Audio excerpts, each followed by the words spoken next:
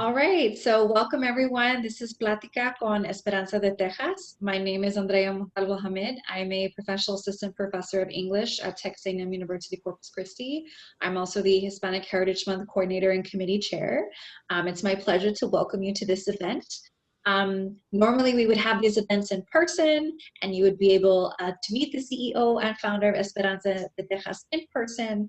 However, in light of the pandemic, we really want to promote public health and safety and want to limit the exposure everyone has to COVID-19. So that's why we are doing this online. This event is being recorded if you would like to view it later. I would like to take a moment to thank our sponsors, Flint Hills Resources and HEB, for sponsoring these events. I want to thank Brianna Davis for donating her time and expertise to us.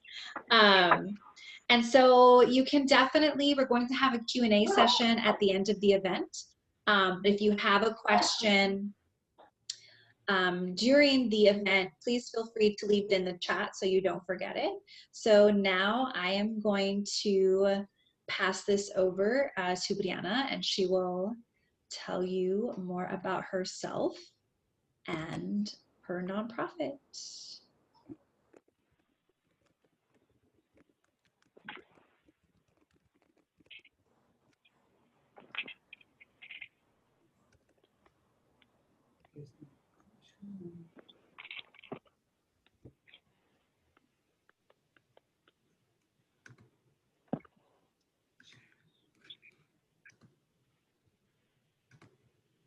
All right. So thank you everyone for attending. First and foremost, I want to thank Texas A&M Corpus Christi and Ms. Andrea Montalvo Hamid for giving me the opportunity to speak to you all this evening. Tonight, I will be discussing the various ways one can be involved in the community and the importance of doing so. Also, how to start a nonprofit and why I chose to do so. Also on what imposter syndrome is and how I have personally dealt with it and how we can all find our voice and power. And through it all, touching on the various roles I play in my life.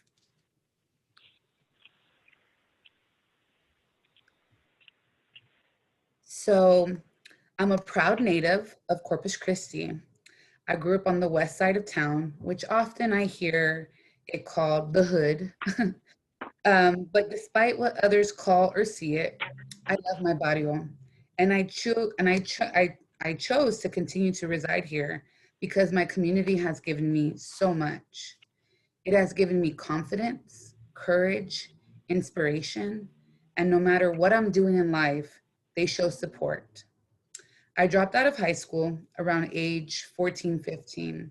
My life had taken a dark and unexpected turn.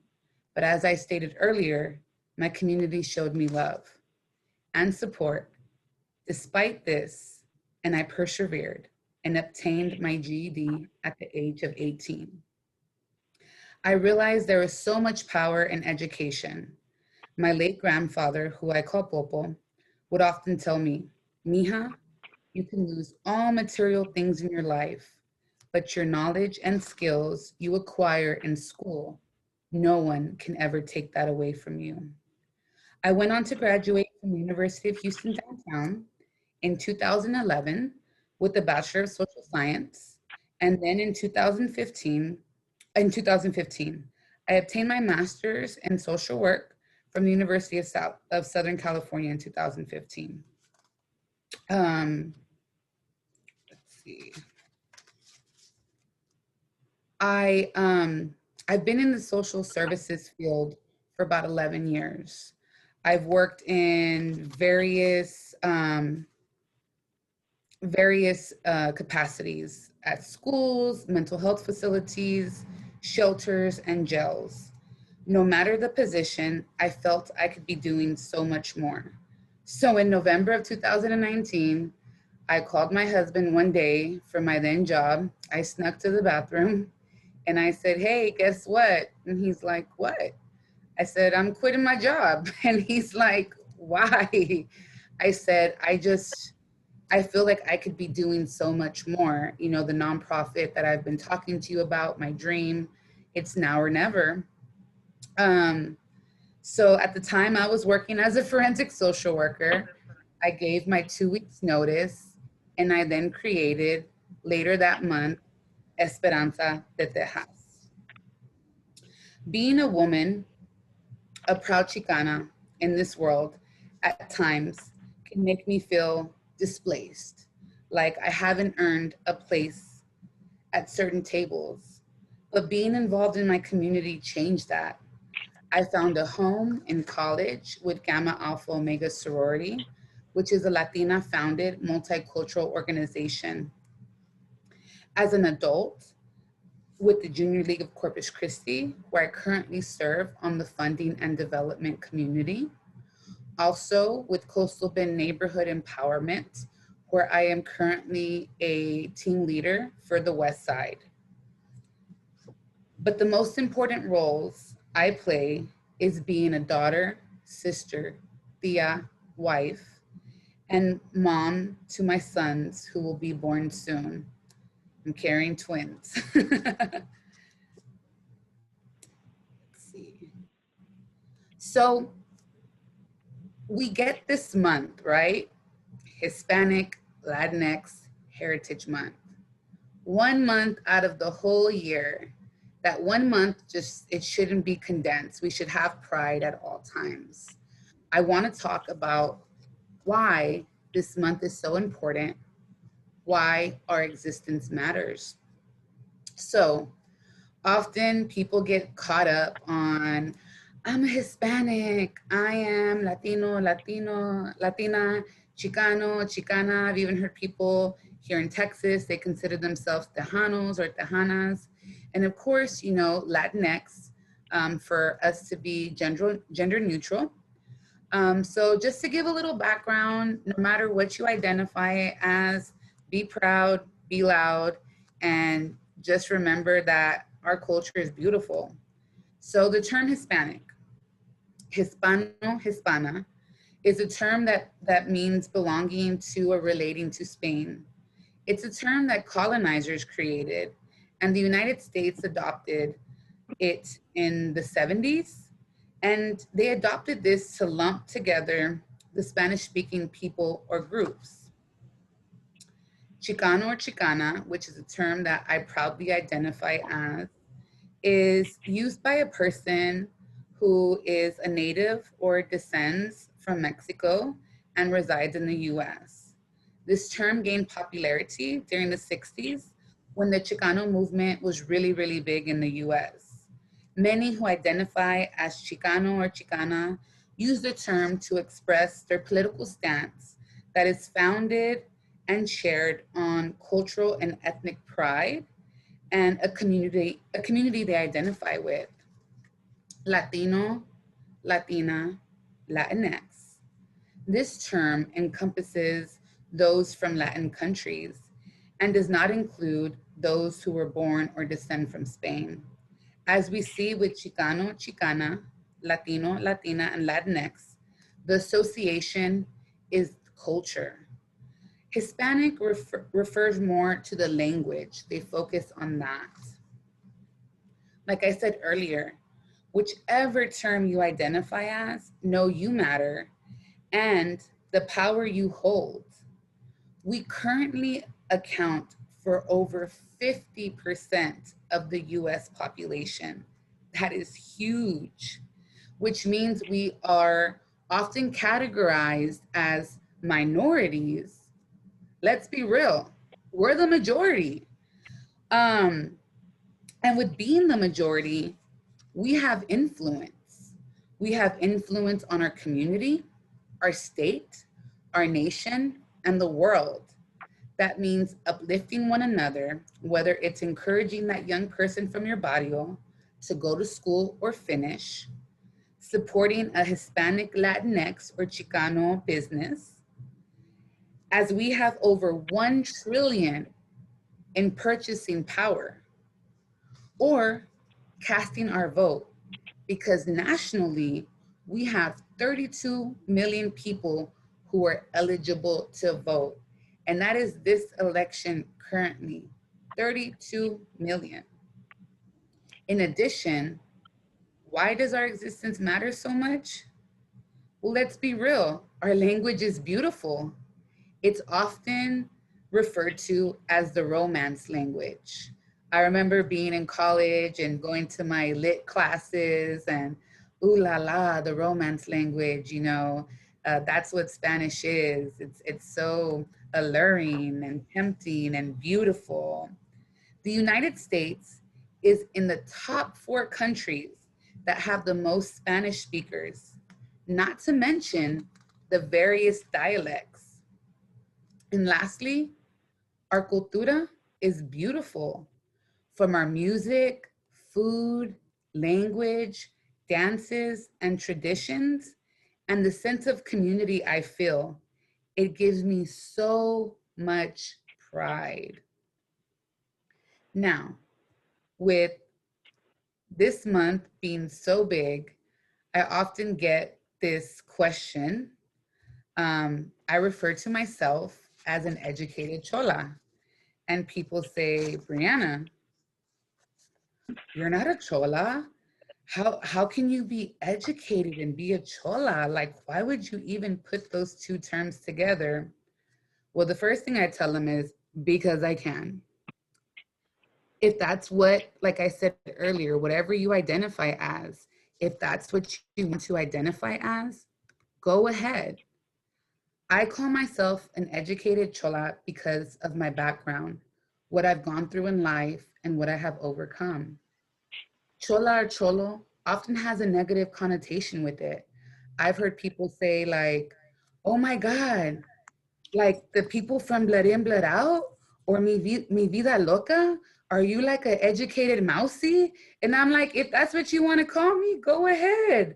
You know, I use that term to reclaim my strengths and power, which I will talk about later, because often being in the field that I have been, the tables that I have sat at, I have often dealt with imposter syndrome.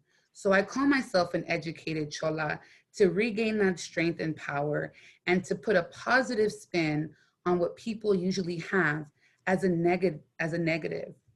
And also to end stereotypes. When I consider myself a Chola or call myself a Chola, people are like expecting for me to walk in with like Dickies, suspenders, some Stacey Adams. And here I come in, a dress and, very what people would consider prim and proper. And, let's end the stereotype. And also because I love and I have pride in my cultura.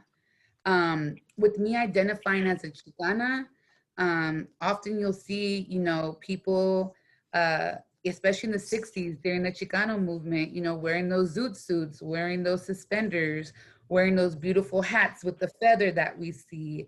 So I have so much love and pride, and believe me, if I could go to the office like that every day, I would, but, sometimes there's stuff that's frowned upon. And also, as me and Andrea have been talking, trying to put this event together, one thing that she has been telling me, and it has resonated with me, is you cannot spell scholar without Chola.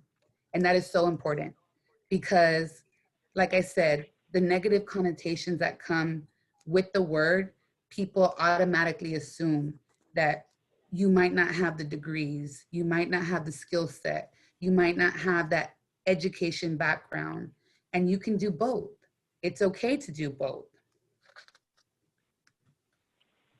So I know I've touched a little bit on community involvement when I was introducing myself. Being involved in my community has given me such a sense of pride and has given me so much joy. I'm going to start off with a quote from Coretta Scott King. The greatness of a community is most accurately measured by the compassionate acts of its members. Often I hear, Brianna, what you talking about, girl? My community does not represent me. And then I ask them in return, how do you represent your community? Representing your community means being involved being aware, and giving back any way you can. That was instilled in me from my grandparents who came here from Laredo, Texas. You know, my grandmother had maybe a third or fourth grade education, and my grandfather was a vet. He gave everything to his children and his dreams of going to college. He wasn't able to fulfill that. Instead, he made sure to send his kids to college. And one thing that they always said is no matter where you go in life, you come back and you give back to the community that has given you so much. So, the first thing that comes to mind when being involved is volunteering. That could be helping out your churches with the fish fry, creating food pallets at the local food bank, coaching a local youth sports team, or attending a local nursing home to visit with residents. Secondly, you can donate your resources, whether that be the skills you have or household items. It's simple to sort through your closet and donate clothes, coats, shoes, and blankets to those in need. Or let's say you're really good at proofreading. You're really great at resume building. You can even be really great at landscaping. Donate your skill, your resource, to someone who can genuinely utilize it in your community. Let's think outside the box. Let's organize your own events. You can organize a coat drive, a book drive, a brown bag lunch giveaway, a beach or park cleanup. The possibilities are endless, and it allows you to be creative with it. This one is so important because often people do not think of it as being involved in your community, but attend community meetings. That could be your city council meetings, the local school in your area.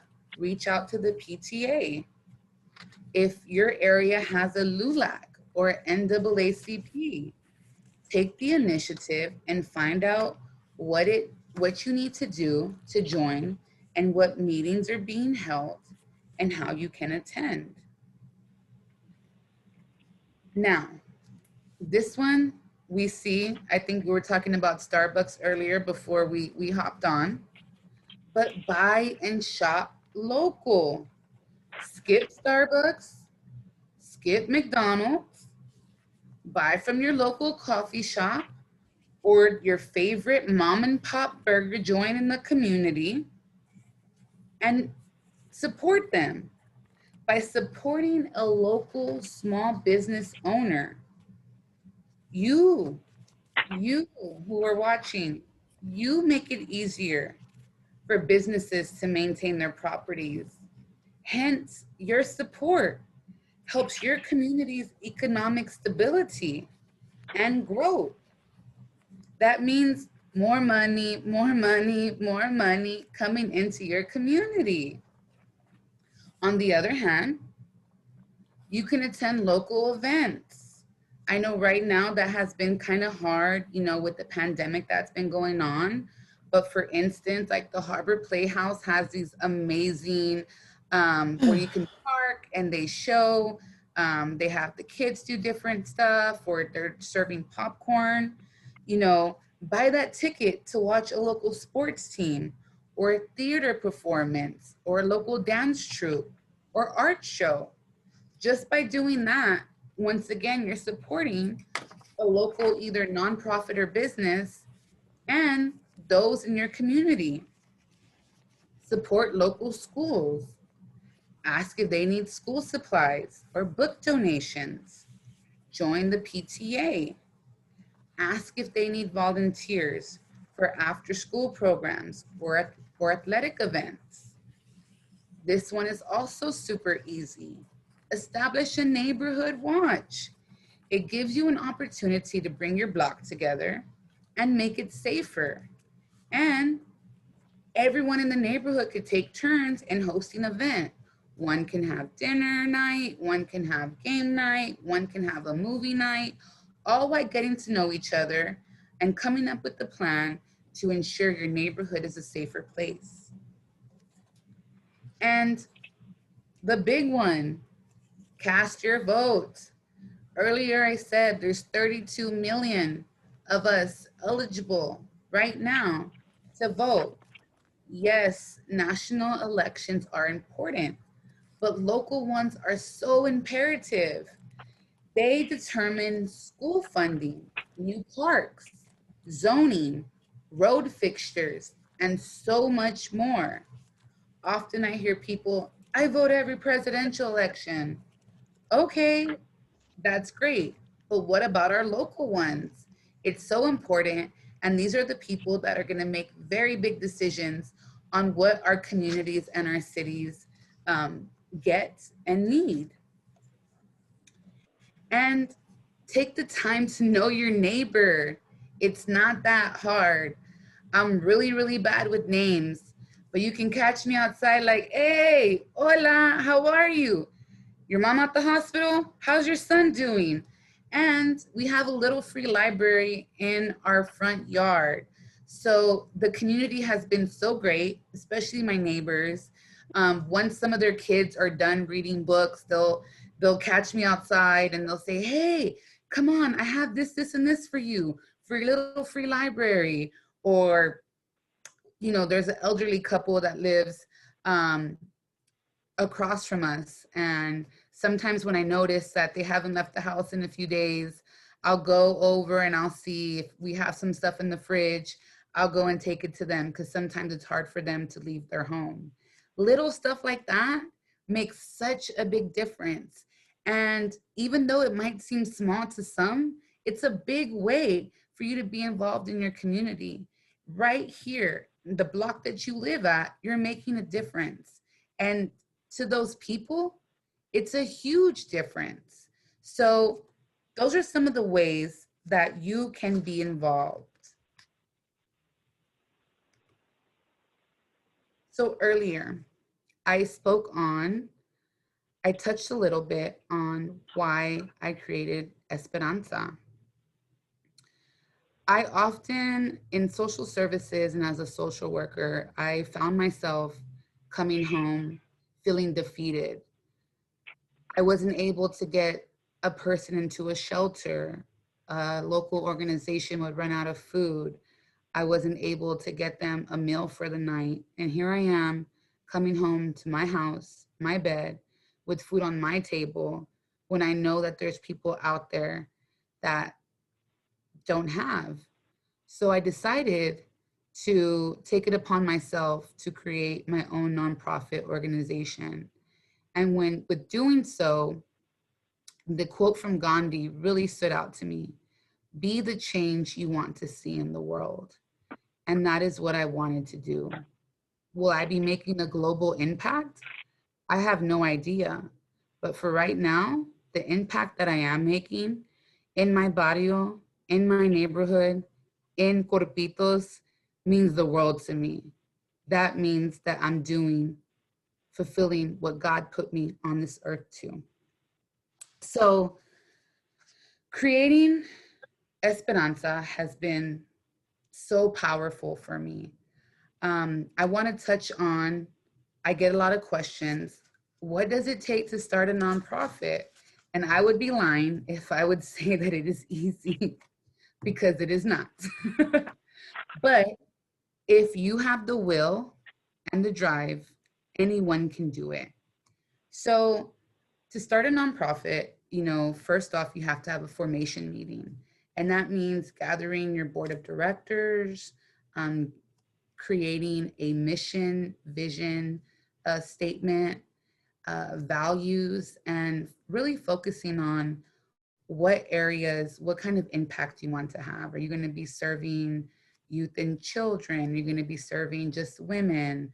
You know, is there a gap on the services you're going to provide? So on and so forth. After you do that, I'll be touching solely on the state of Texas. You have to apply for a certificate of formation. And if you go and you type in the Texas State Secretary website, all this will pop up for you. After you apply for a certificate of formation, you then can apply for your federal employer identification number.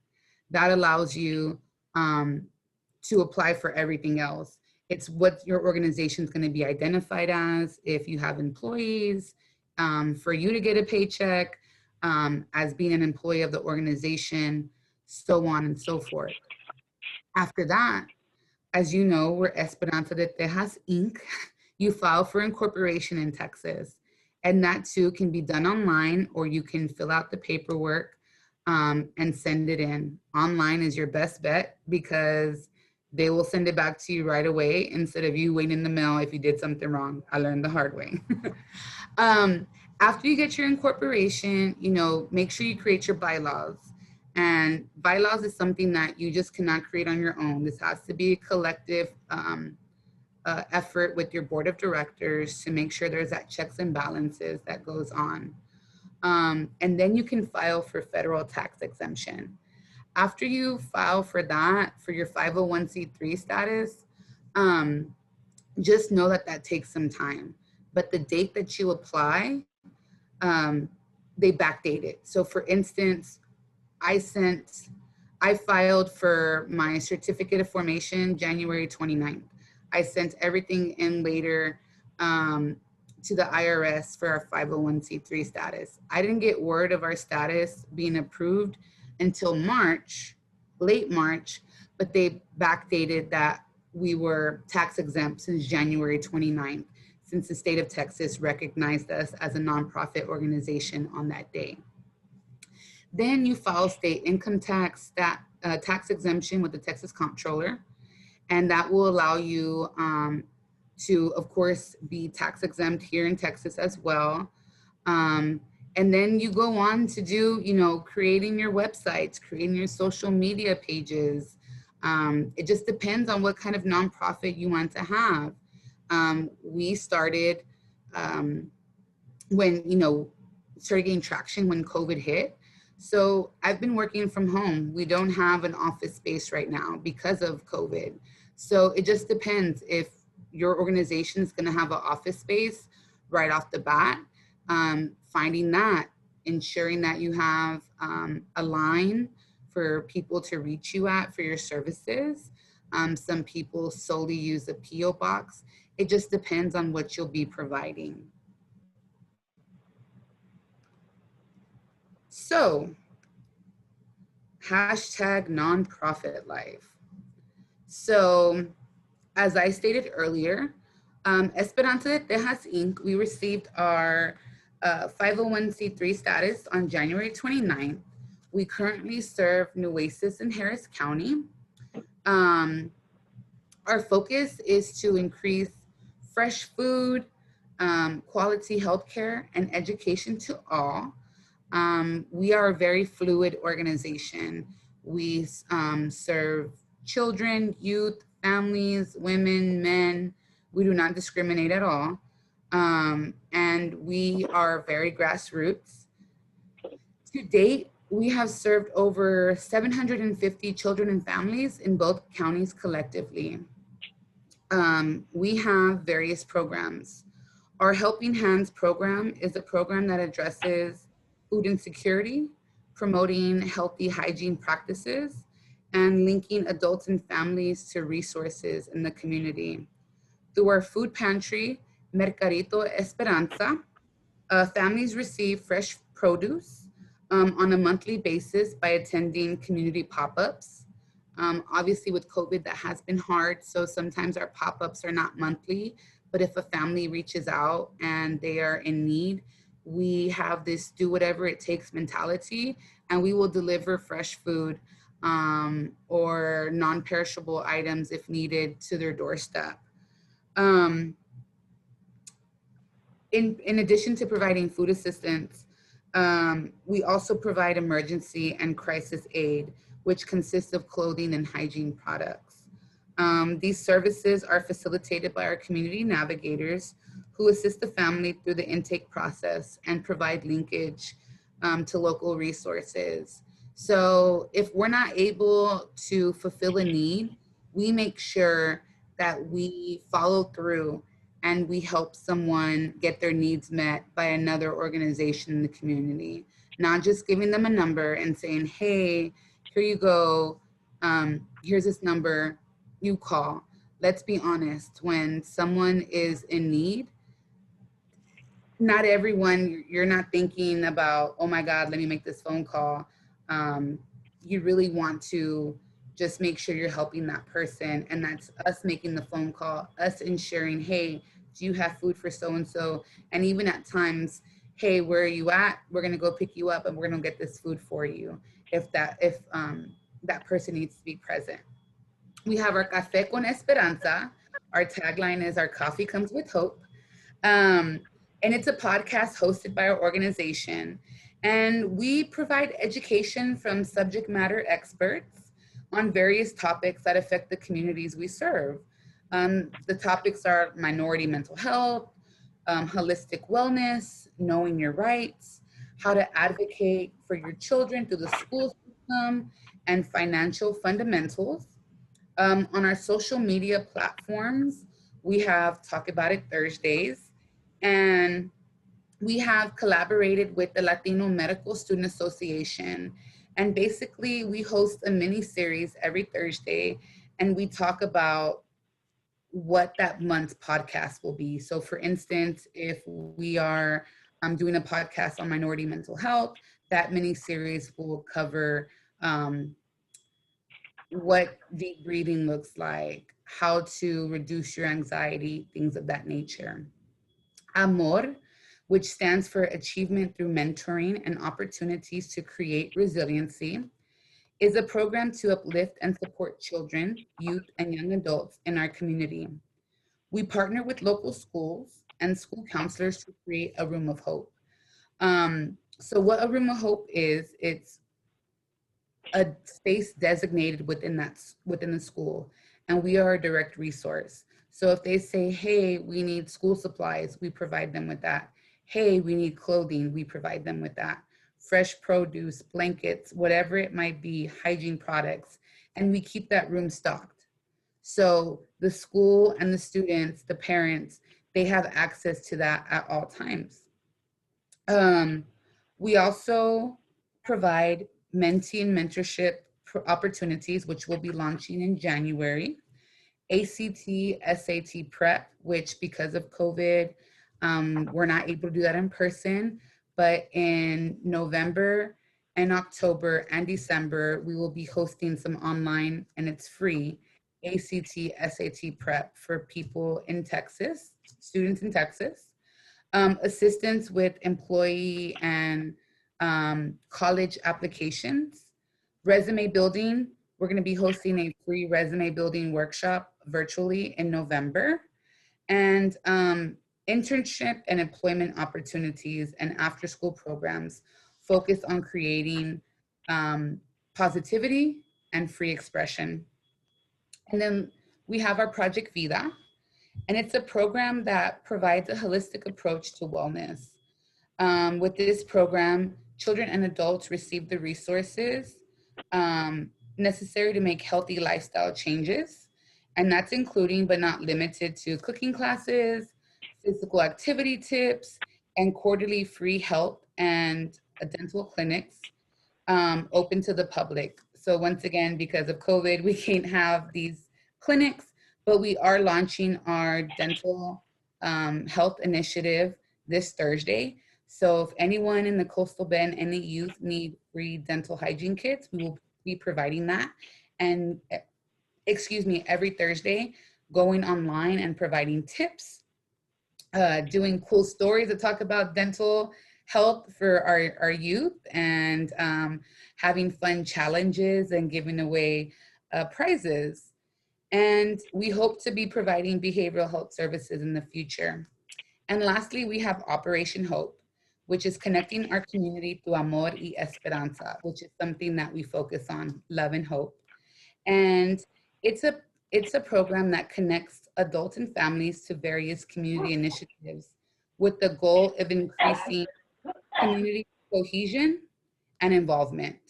This program, community members are able to give through local initiatives such as community gardens, neighborhood cleanups, holiday basket drives, and resource fairs.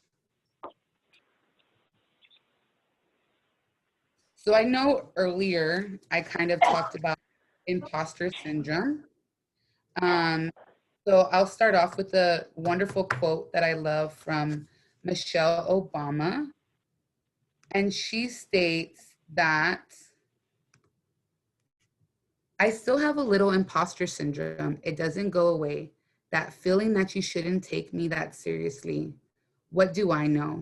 I share that with you because we all have doubts in our abilities and our power and what that power is. That's such a powerful quote, and it encompasses so much. So creating Esperanza has been, I can't even lie, one of the biggest accomplishments of my life. But it also has created self-doubt. I've been told I'm too boisterous, too ethnic. My lipstick is too red. As you can see, it's something I rock often. My hoops are too big. I'm not wearing them today. And no lie, sometimes when I pull up to places, my music is too hood. I started to feel like an imposter due to the constant code switching and inability to be my authentic self. At tables I know I worked hard to have a seat at, I began to have constant self-doubt and second guess every decision I would make business-wise. I knew I had the knowledge to be the CEO of Esperanza. I even had the degrees to prove it, but I still felt like a fraud.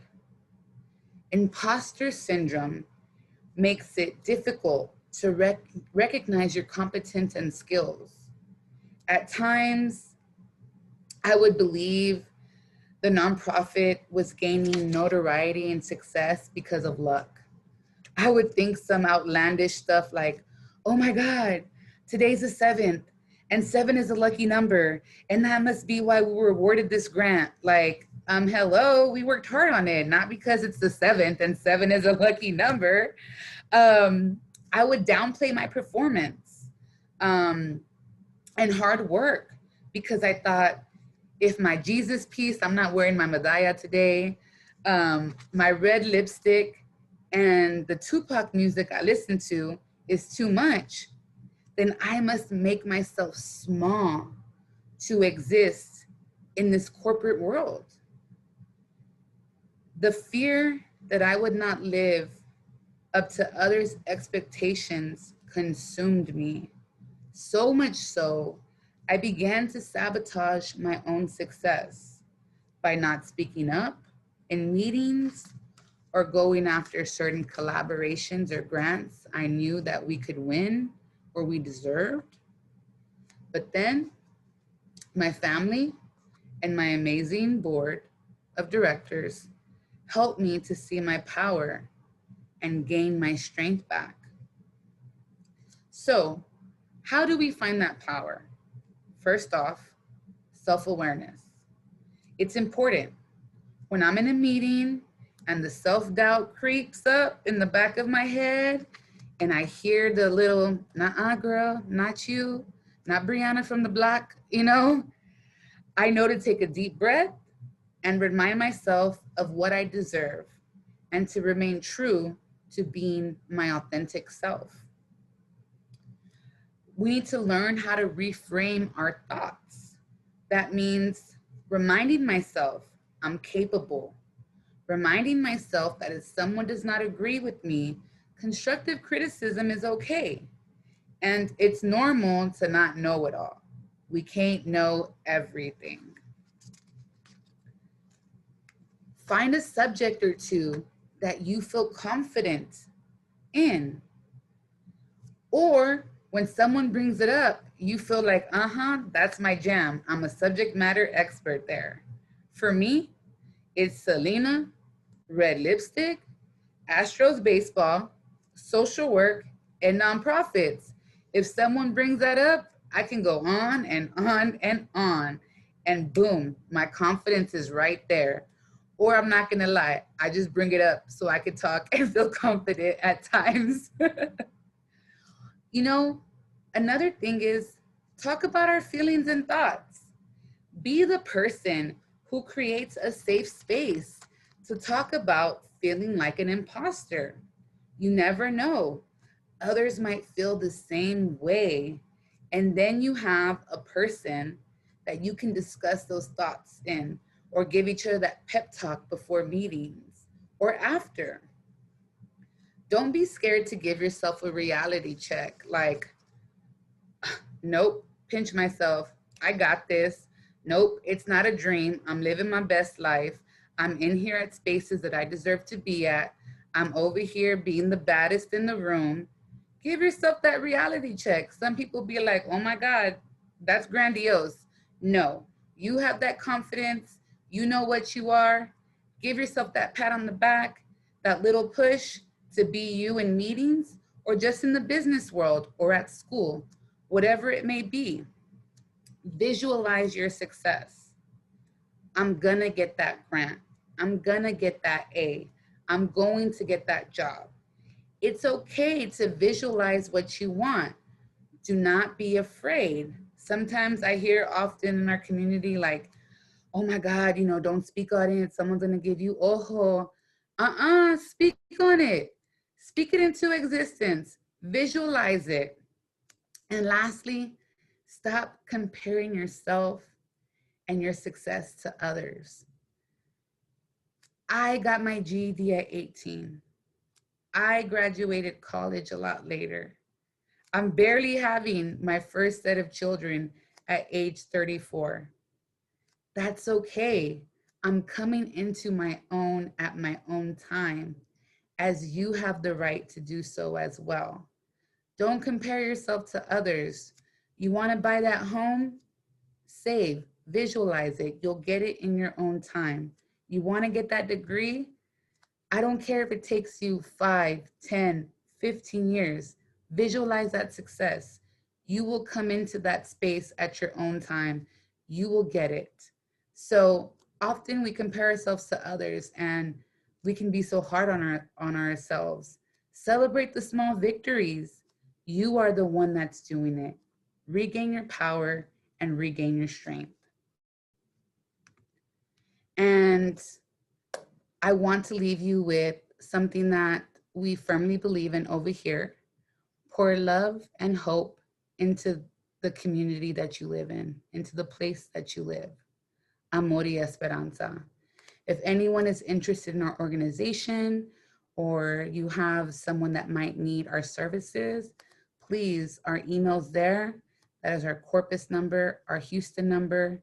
We'd be glad to help. And just thank you for taking the time to spend your evening with me. I truly appreciate it. Thank you, Brianna. Could you pass it back to me, please? Yes, ma'am. I'll catch. I'm just kidding. Thank you. So we have a little bit of time left. I know that, we're approaching 7 o'clock, but definitely if you have a question, feel free to put it in the chat if you're not comfortable speaking, or you can unmute yourselves and ask a question. I'll save my questions for later. But if you have any questions for Brianna about nonprofits, about imposter syndrome, you can put it in the chat.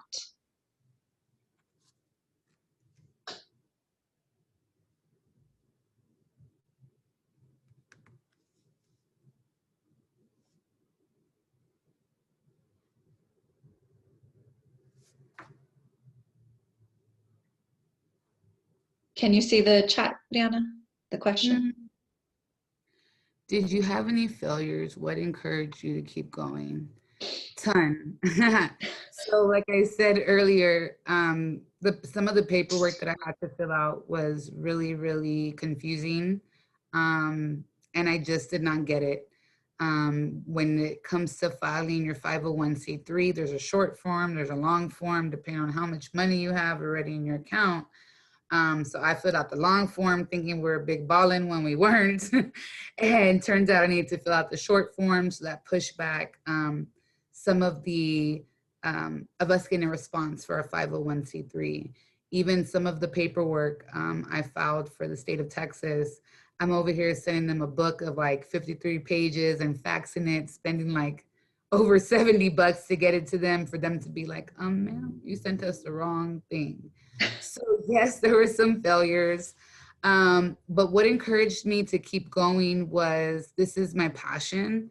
I really wanted to create an organization that was different from any of the other organizations I had seen here in Corpus Christi, or in Texas in general. And my family has played a pivotal role in my success. They support me by any means at all costs, and I couldn't have done it without them. And my community, often the community that I live in, a lot of people here are struggling, and to see them give me, whether it be $1, $2, $5, we believe in you, we believe in what you're trying to do. It's so nice to see our community coming together. That kept me going, that love and the support from all these people. That's a good question. Any other questions? So there's a question, how do you get the money to run a nonprofit if there isn't a profit? I'm curious how you especially started. Definitely. So in the beginning, a lot of it was whatever I had saved from working, contributions from my amazing mother, people in the community.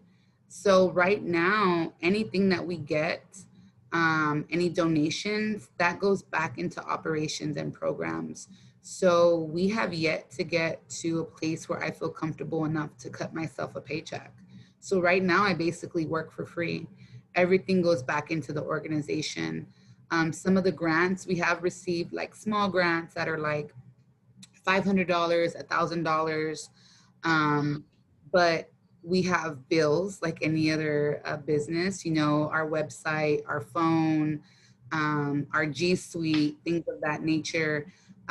So we can apply for big grants once our 1 year mark has come, which will be January 29th. So fingers crossed, we will be getting those. And I'm hoping with us getting the traction that we're getting and notoriety, that soon enough I'll be able to cut myself a paycheck for all this hard work. A good question. You see the other question? Yes. So my board of directors, as I stated earlier, I'm part of a sorority called Gamma Alpha Omega. And often people have this stereotype of what Greek life is. And it's a very great networking. Like when people hear, oh my God, you're Greek, you're in this organization, I'm in this organization. So when I started Esperanza, I reached out to some of my friends in the Greek world who I knew held various positions in their community and in their careers. So I was very strategic in getting my board. So I have a longtime friend, Angel, who is a member of Sigma Lambda Beta. He holds a LCSW. He's a licensed clinical social worker. I reached out to my other friend, Jorge, and he's also a colleague. He's in the social work field, and he's also a member of Sigma Lambda Beta. And I had a friend here in Corpus named Taryn, who I had lunch or brunch with before I quit my job. And I said, man, I just want to quit. And she's like, girl, if you quit, let me know. I got you. So I got them three together, and they were like, hey, I know so-and-so that does this. I know so-and-so that does that. And I began the interview process. So Jorge introduced me to his colleague, Cynthia, who has a background in grant writing. Angel introduced me to Anya, who is a jack of all trades. She's an LVN, a doula, a teacher, a vet. I mean, she does it all. She also has her own podcast. Then he mentored someone named Jonathan, who's a fourth-year medical student in the Rio Grande Valley, who just so happens to be on the board of the Latino Medical Student Association. And then I reached out to my friend Roland, who's a member of Kappa Alpha Psi, and he's a family and civil lawyer for litigation. And then a longtime friend who's a member of Lambda Theta Alpha sorority. She's a probation officer here in Corpus Christi. I reached out to her and she's like, I'm on board. So each of them holds a specific role on the board, and I brought them on for their specific skill sets. So obviously Roland will look over our contracts, do any, you know, photo releases, non-disclosures for, you know, our volunteers, things of that nature. The clinical aspect, Angel will assist me with that, making sure that everything's on the up and up with the state of Texas. Jonathan assists me with anything that we're trying to do medical wise or behavioral health. So everyone plays a different part. And I've been really blessed with the board that I have. Not only have they grown to be amazing friends, but great colleagues. And I really couldn't have done this without them. That's interesting because it is important to, you know, you do this to give back to the community, but you have to know people in the community and people who care about the community and are invested. So I'm glad you spoke about that. I think that's important. You know, you can't just keep bringing people from outside of Corpus, right? We need people who are in Corpus and care about the community, who are from the West Side, right? To build up the West Side or build up the North Side or whatever side. So that's good. And then she says, that's so awesome. I love how diverse your team is and how they come from so many professional backgrounds. Yeah, and I also made it a point to make sure that my team represents the communities that we serve. So, you know, we don't discriminate, but for right now, our team is predominantly Black and Brown, because those are the communities that we're serving right now, that we get the most calls or that we see has the most need. So often you see organizations come in, and I hate to use the word infiltrate, but they infiltrate these communities and they shove this is what you need to be okay down their throats. And we don't do that. We ask our community members what they feel their strengths are, what their vision is, what their dreams are, and how we can assist with that. So we want them to see us and us be a reflection of them, because that makes them a lot more comfortable to come to us or to have those raw conversations with us. So this is what we see in the community. This is what you guys could work on. So we take a very grassroots approach and make sure that, you know, these young kids who we see and we serve and these families, they see themselves in us. And I feel like that's so important. And it's okay to be a Chola, right? It is. Own it. Yeah, I have to give credit to my colleague Amanda Marquez, who's a seminar professor, historian extraordinaire. She began one of her presentations with that quote, "You can't spell scholar without Chola." And I was just like, and it just stuck with me. And so when you were talking about being a Chola, I was like, yes, and it's true. So I appreciate you talking about owning it, right? Being a Chola. Definitely. Are there any other questions?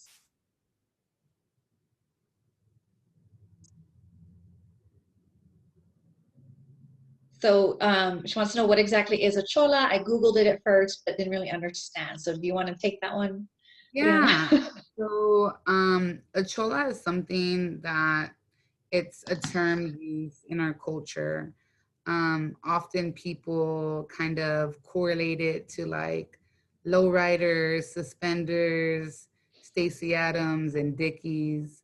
I don't know if you've ever seen some of the movies that kind of try and reflect this, like Blood In, Blood Out, Mi Vida Loca, things of that nature. But often, sometimes it's basically a term that in the past has been used to identify a Hispanic, Latinx, Chicano, quote unquote, thug. And for me, with my past lifestyle that I've lived, and knowing where I am today, I use it as a term of empowerment. Um, to me, it just represents who I am holistically. Like I said, don't let all this fool you. I mean, if I could wear the Dickies and the hat with the feather all day, every day, I would. But it's just a part of my culture that I love. Um, a lot of people have taken on this kind of culture as well. There is like towns in Japan that have these subcultures of cholas and cholos. If you Google it, you'll be really surprised. Vice did a story about it, not maybe a year or two ago, about it. But they have their lowriders. They get together for carne asadas, and mind you, this is in Japan. So it just depends on the person. You'll probably get a ton of different meanings on what it is to them, but it's just something in our culture that I've learned to embrace and I love. It's just a part of who I am. And it's really specific to like Mexican Americans. So like Cubanos have a different word. And you know, cholas in Texas are very different from cholos in California. And there's a very specific, I've lived in um, Cali the whole life. yeah. And even the slang, the Spanish slang, right, is different. And so it's, you know, it's like a subculture of a culture. So it's a way of living, right? I guess in films, they're portrayed negatively, like as gang members or whatever, you know, think of any of those stereotypes, and so by reclaiming it, right, you're turning it into a positive. So Definitely. did that answer your question? My apologies, we're talking about these things because we're like, yeah, cholas, and I forget that not everybody's That was familiar a with really the good term. question. I Yeah, that appreciate was a good question. Yes. Any other questions before we go? I really appreciate all of you joining us this evening. More people signed up but did not show up, so thank you for signing up to our and attending our event. Any other questions? We can have one more question before I stop recording.